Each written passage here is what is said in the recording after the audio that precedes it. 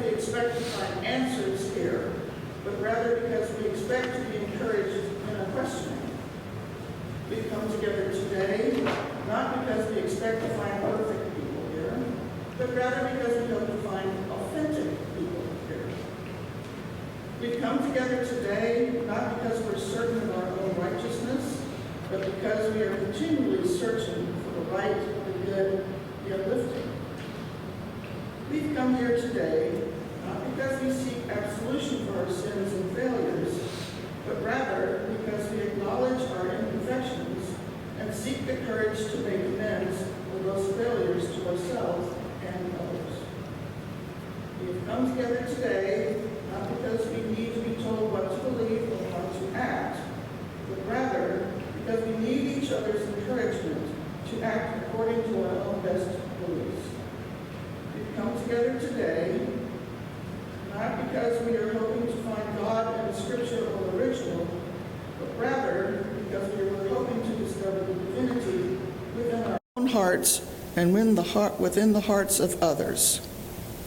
We've come here together today, not because we believe that holiness exists within these walls alone, but rather to have our hearts and minds directed to the holiness in the world.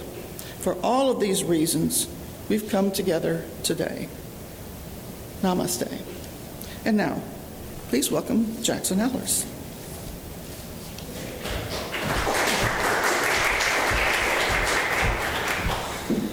Good morning, everybody. How you doing? Feel very privileged to be up here today, so I want to say peace and blessings be upon you. I'm thrilled to see everybody here, and I'm truly humbled to be here before you today. If you would allow me to extend another greeting and welcome you to this beautiful physical space of the Unitarian Fellowship of Houston.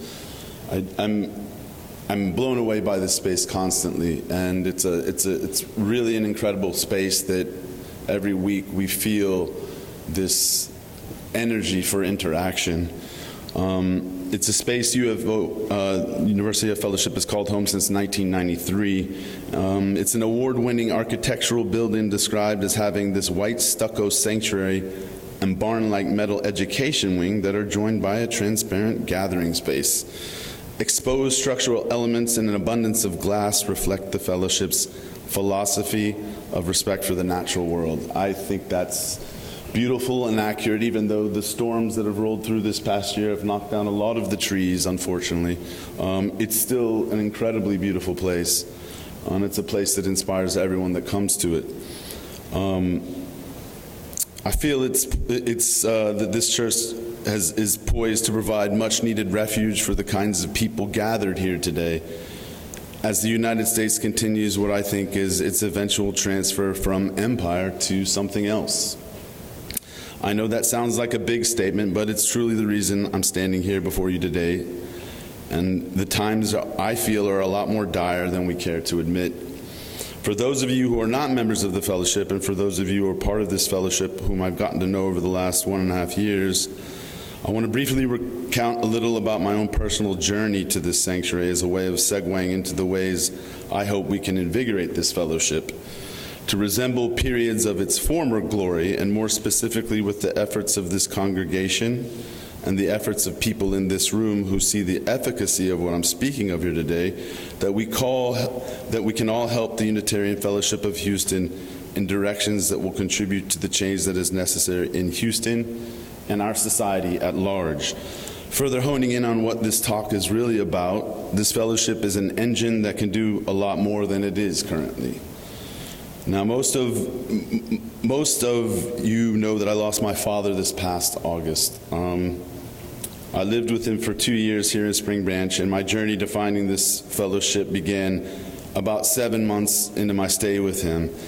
He was a dialysis patient, and 3 times a week I would drive past this building on his way to dialysis care. I'd encountered my first Unitarian church as a social justice activist in the 90s at what Unitarians here call the Mother Church, which is the first Unitarian Universalist church on Fannin in the Museum District.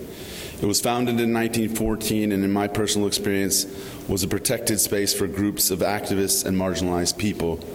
My peers and I used to organize protests at Mother Church, and the space truly felt safe to us in a world in which we all knew safety was an illusion. Fast forwarding to 2023, and there was me realizing I was incredibly curious about this UFOH space, in large part because I wanted my father and I to have a place that we could call our spiritual home, a place we could also find refuge and kinship. And selfishly, I was hoping my father would find a community that would celebrate him at a point when he outlived his peers and his immediate family.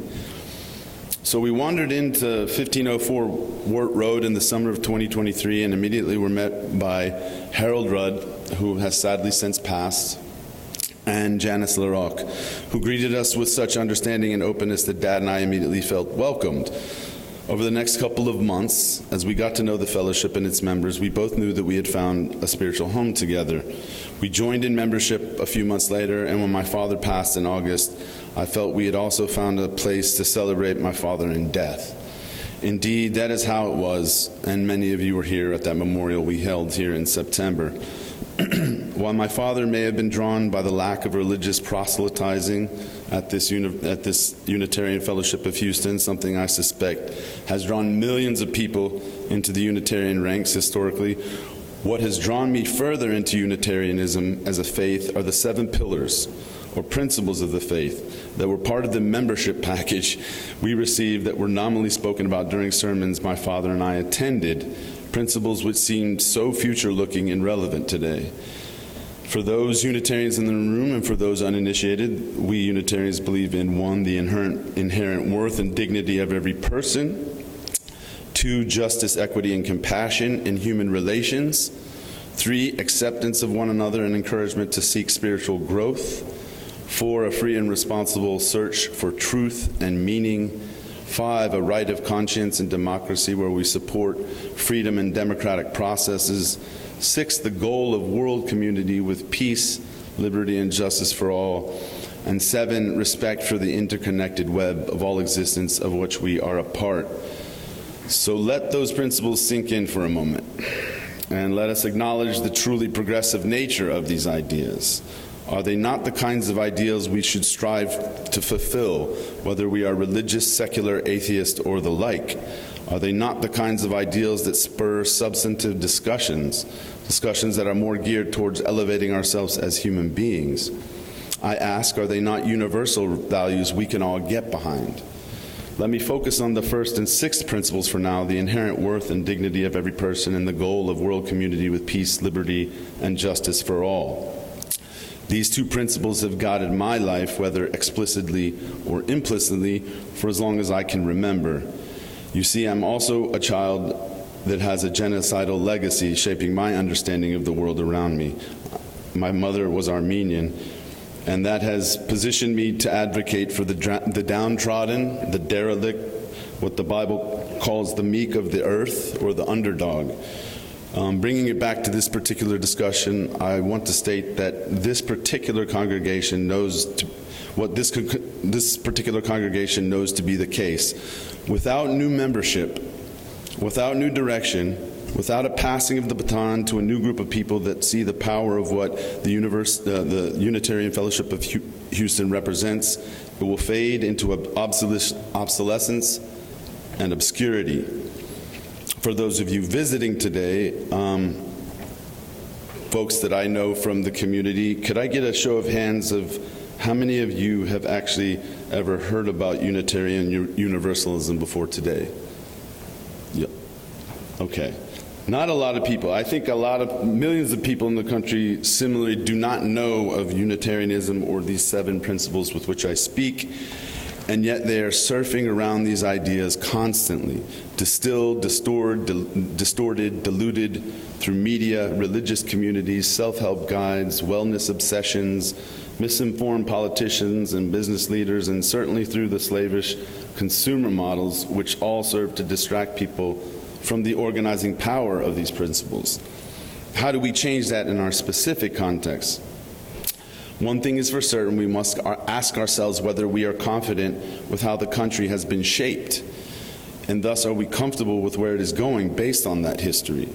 In my estimation, the resounding answer to this question, and the only one I'm interested in discussing, is that the way the country has been shaped has certainly not been in line with the 7 principles of UU, and certainly not in line with the 1st and 6th principles. With this acknowledgement is, I believe, the key for advancing the principles of this fellowship in practice and a way to grow its membership in Houston. What I've noticed since becoming a member here, despite the wonderful pontifications of these principles to our membership on a weekly basis and the kindness and generosity of its membership, it is a closed loop of mostly white, aged, white-identified U.S. citizens. And that is creating an unrealized potential for articulating the possibilities of the Unitarian faith in this fellowship as it's offering to the immediate Houston communities, and especially related to the outreach and recruitment of potential new members in the Black, Indigenous, people of color communities, and youth communities. Let me be clear, I am by no means a representative of the youth, yet I am considered a young member of this fellowship. Imagine that.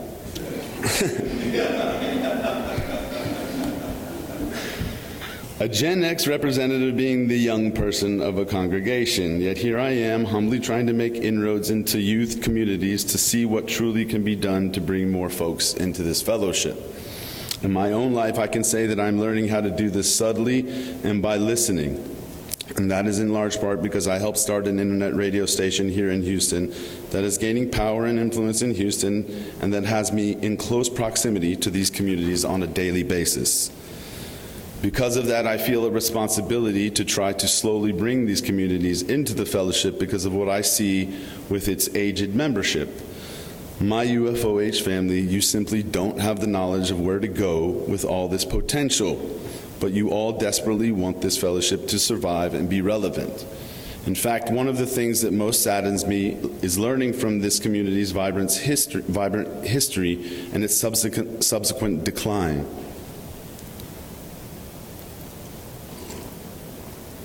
From its start in Spring Branch with 5 families from the Mother Church in 1959, I've learned of the amazing Dr. Ernest Wood and Hilda Wood, who founded the Montessori school down the road, School of the Woods. I've learned of UFOH arts festivals and a more engaged arts and cultural component to the membership, with UFOH members in prominent positions of power having direct impact in the policies of their community.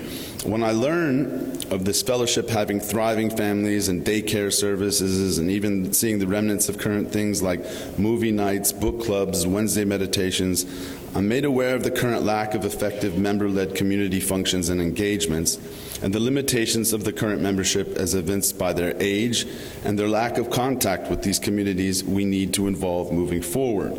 This is less an indictment and more statement of fact, which begs a question that can be answered more fully internally by the current members. How then did the fellowship atrophy in the ways that it did? While this topic is not the focus of today's discussion, I've heard members posit several theories, from families moving and branching off to form new fellowships to a sense of complacency with the process, but none of it adequately explains the decline of the fellowship.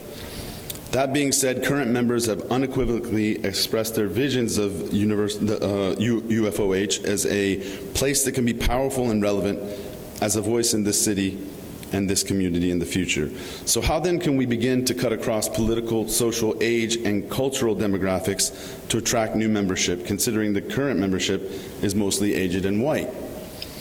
It's not an easy question to answer, and certainly not one that has presented itself in any obvious ways to the current members. But let me offer some ways I think this can be done using the 7 principles of UU as a guide, again focusing on the 1st and 6th principles. The first principle discusses how to embrace new voices and affirms everyone's inherent worth. How can we put this into practice as a fellowship? Building authentic relationships with marginalized communities is the surest way to expand potential ties. Certainly, this fellowship needs to create spaces and programs that welcome these groups, which can take the form of, for example, social justice initiatives, environmental advocacy, and voting rights initiatives, which has been done recently and is a part of the tradition here, or creative arts workshops. Even gaming nights or something similar has been a suggestion that I think would be fantastic. I would go so far as to say that UFOH could provide spaces for youth-led community initiatives with BIPOC, LGBTQ+, and youth organizations. In my own personal dealings with the city, there's the Anomaly Initiative, a group empowering Black queer individuals, Houston Drag Kings, BIPOC Arts Network and Fund, True Colors United. There are so many if we just do the research. UFOH could also benefit from workshops or discussions on cultural competency, anti-racism, and intergenerational understanding for current members. All of these suggestions fall in line with the first UU principle, recognizing the inherent worth and dignity of every person. The sixth Unitarian Universalist principle calls us to build a world community with peace, liberty, and justice for all. At its heart, this principle rightfully challenges us to think locally while acting globally, fostering a community where diverse voices and experiences are not only welcomed, but celebrated. For the UFOH recruitment efforts can begin by publicly positioning itself as a sanctuary for justice and liberation. And while I think that has been done, I'm suggesting a more committed intent there, because this is a space where the values of equity and compassion are more than ideals. They're lived experiences. Again, this implies actively reaching out to marginalized communities and offering the fellowship as a platform for their voices, struggles, and triumphs. By hosting events like intersectional justice workshops, queer youth artwork exhibits, or dialogues on racial equity, the fellowship can make its commitment to justice tangible. Additionally, the sixth principle encourages us to build coalitions. Recruitment doesn't have to begin with directed invitations to join the fellowship, but can grow organically through personal and organizational partnerships with organizations already serving these communities. UFOH doesn't have to reinvent the wheel here, but rather plug into the work already being done. We can be more active in co-sponsoring events, and as I want to keep referring to this beautiful physical space, we can provide the meeting space for these local marginalized groups and actively inquire in our own communities if such groups might in fact need that support. These partnerships foster trust, offering an authentic way to introduce Unitarian Universalism as a faith of tradition committed to dismantling systems of oppression and building beloved community. And certainly the sixth principle reminds us that recruitment must be reciprocal. The goal is not merely to diversify membership, but to create a fellowship where the experiences of marginalized groups and youth members shape the community's future. What is true about all of these suggestions is that it necessarily implies change. In the case of this particular fellowship, that is likely going to be a radical change to certain enshrined functions of this institution, but that tension of change isn't something to fear. I know that change can feel uncomfortable, even unsettling. We may ask what will happen to the traditions we've cherished here, or what will happen to the fellowship. Will it lose its identity if we open it to new voices? And while these are valid questions, let us remember that our faith is not static. The fourth principle, a free and responsible search for truth and meaning, teaches us that growth often requires letting go of certainty. It asks us to make space for others to create alongside us, even if their vision doesn't always mirror our own. So change is not a loss of identity, it's a broadening of it. And I think that will be one of the biggest challenges for this congregation.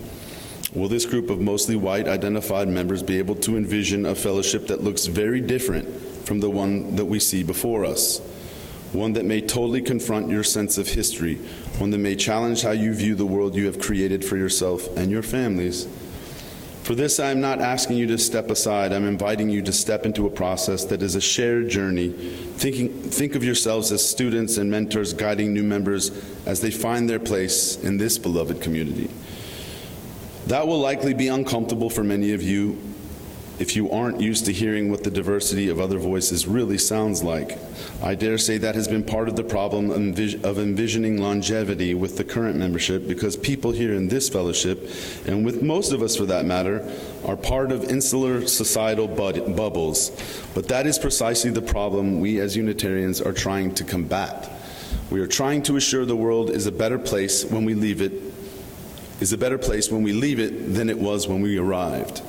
For those who are new to Unitarianism or new to this church, I would simply say I've asked you here because I would like you to consider the possibilities of this fellowship, this physical space, and the resources Unitarian Fellowship of Houston can provide as a means of amplifying your own desires to create the world that you want to envision. And I really mean that. This place is an open door and an open vessel. This place has so much to offer, and in the weeks and months ahead, I would love you all to see this place as yours, to consider coming on Sundays for the fellowship that we all lack in this atomized world we must contend with daily. And I feel it is our faith in this space that offers a protected sanctuary to include the communities that you value and that you see reflected in these Unitarian values. And let me read those back to you. We Unitarians believe in the inherent worth and dignity of every person, justice and equity and compassion in all of our human relations, acceptance of one another and encouragement to seek spiritual growth, a free and responsible search for truth and meaning, right of conscience and democracy, supporting freedom and democratic processes, and the goal of world community with peace, liberty, and justice for all, and lastly, respect for the interconnected web of all existence with which we are a part. I want to thank you all for being here and listening. I want to say I love you all and hope very much to be a part of building something together, something powerful and filled with the love for humanity that we must embrace in this time of true uncertainty for our communities, our nation, and our world. Thank you.